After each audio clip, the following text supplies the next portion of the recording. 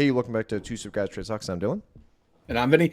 And holy crap, with this recent Alibaba rally, started making me wonder, when is it actually at fair market value? And I have to start thinking about what I want to do in my position, right? We know it's undervalued. We talked about that extensively for a long time. It's just a question of when we would make that move and start to think about it as this may have run its course a little bit, okay? Yeah, we're So definitely not jumping the gun here. yeah, definitely not running jumping the gun. Hey, but you know what? Like, you want to have a plan in place and kind of think about this stuff early, right? I'm planning for retirement. That's like 20 years from now, dude. All Oh right. boy. So I asked Google, like, what are the reasons why you sell a stock? All right. This is AI gave me. They were like, it's up 20-25%. You've lost 7 to 8%. You realize it was a mistake. Remember, just the retailer, Charlie Munger, rest in peace. But maybe that was his thought there. You need cash, right? Hey, I don't know about you, but certain people of the night don't take Alibaba shares as payment. But I've never tried. That's more of a you thing. All right. And then this final one here, target price. It's reached your target price. You think it's actually a fair market value, and you no longer are perceiving that as a value play anymore. Right? Can you go back one slide? Uh-huh.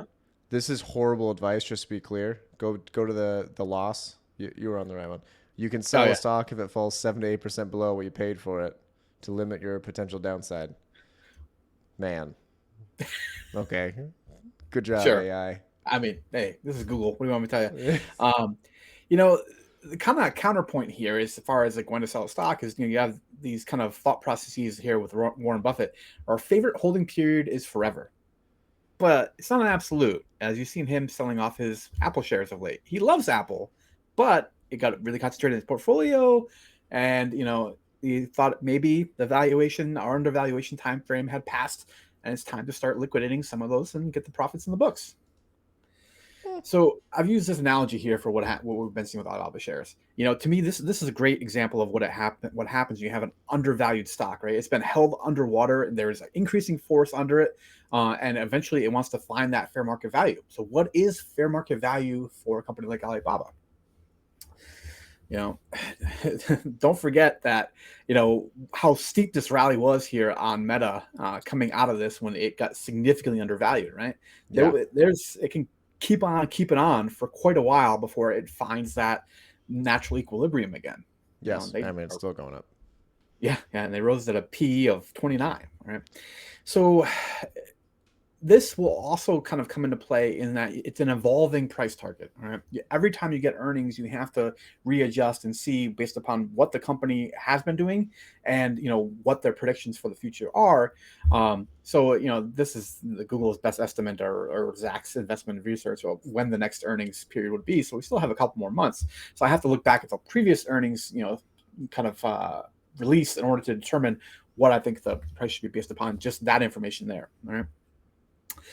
If you remember our last Alibaba earnings video, this is kind of my final slide. This is how I look at my investments from like the free cash flow yield. You could flip this on its head and think of it as a multiple of free cash flow. What are you willing to pay?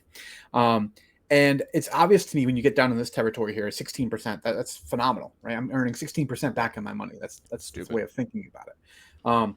But if I want to develop a price target, I kind of have to re-engineer this formula a little bit and work it backwards. So this is what I rose at. All right. So to me, a company like Alibaba, although I love a lot of things about them, I am unwilling to have that risk in my portfolio if I'm not getting a more than a 5% free cash flow yield. All right. Yeah. What do you think? Okay, but that's using the numbers we have right now. As of Because the last quarter, right? yeah, because And no the way in trailing 12 hell months.